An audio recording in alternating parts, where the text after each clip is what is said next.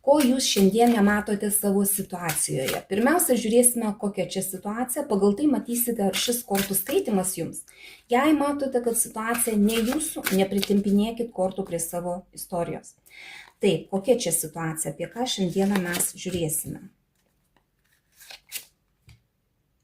Žiūrėkit, taurė sukrito, tai bus apie jausmus kažkokius, apie partnerystę gali būti, apie romantinius kažkokius tai žingsnius, gali būti apie kažkokį tai vyruką, kuris romantiškai nusiteikęs ir bendradarbiavimą žodžiu. Ir čia tokia situacija, kur yra jausmai iš vienos ir iš kitos pusės, nes, abi dvi kortos taurės.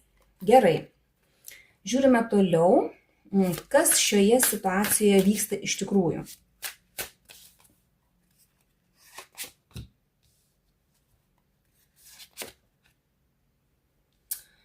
Taip, čia labai daug priklauso nuo vyruko, galbūt tas vyrukas ir yra, apie kurią čia situaciją kalbame, jo rankose viskas ir jisai teisingai elgiasi. Bet vėlgi, jeigu jisai nori kažko tai iš jūsų, kaip pavyzdys, galbūt čia apie poros santykius yra kalba, tai nuo jo norų labai daug priklausys. Jeigu jisai norės jūs užkariauti, kaip pavyzdys, jeigu čia nauja pradžia, nauji santykiai, nauja pažintis, tai jisai darys viską, kad jisai jūs gautų, bet jisai, ta prasme, atvirai. Nieko neslėpdamas, jisai atvirai, sąžiningai rodys jums dėmesį, rodys romantiką, bandys bendrauti žodžiu ir taip bus.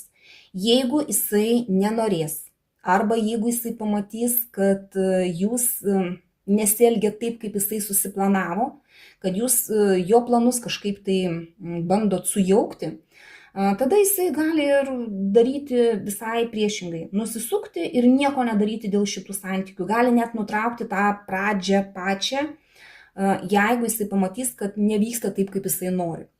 Gerai, ko jūs šiuo metu nepastebite arba nesuprantate šioje situacijoje?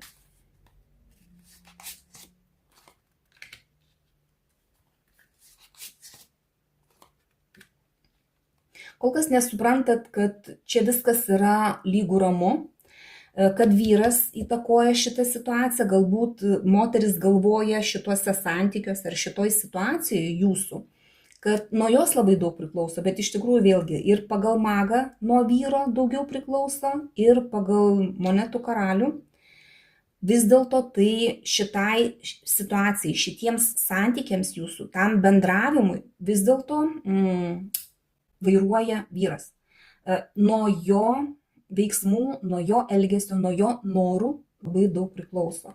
Ir kol kas galbūt jūs to net ir nematote, nejaučiate, nesuprantate. Kas labiausiai trukdo situacijai judėti prieki, kas trukdo vystytis šiai situacijai?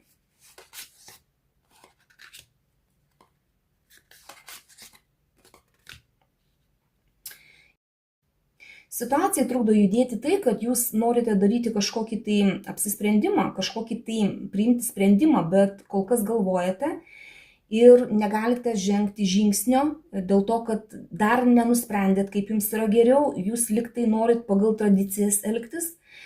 Ir tarkim, jeigu čia yra nauja pažintis, jūs galbūt norite draugauti, susitikinėti, kad pati pradžia būtų tokia, kaip turi būti, kaip pagal tradicijas, taip kaip turėtų būti santykiuose, kad pirmą susipažįstam, paskui ten pradedam draugauti, po truputį ten bendrauti, susipažindinam su tėvais, su draugais, žodžiu. Iš kitos pusės jums galbūt norisi kaip tik tai paminti visas tradicijas ir lėkti tiesiog į priekį atvira širdim ir daryti tai, ką noris daryti šiandien, šiuo metu. Tokia dilema, bet kol kas jūs negalit pasirinkti, jūs kol kas ir sprendžiat, kaip elgtis toliau. Kas netrukus paaiškės šioje situacijoje.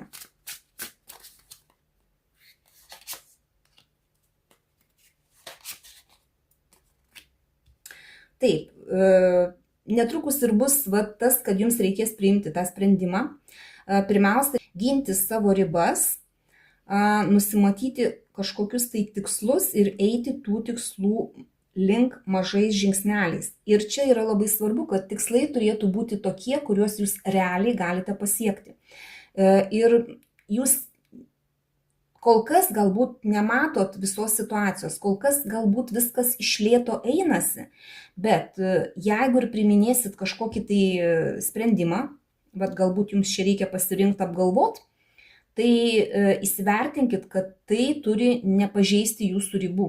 Neturit susitapatinti, pavyzdžiui, su partneriu, jeigu tai liečia būtent partnerį tas sprendimas.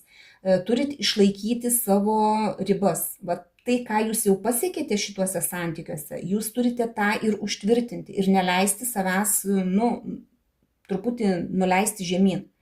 Tai yra labai svarbu. Patarimą pasižiūrim tada, ką verta padaryti dabar dėl šios situacijos jūsų.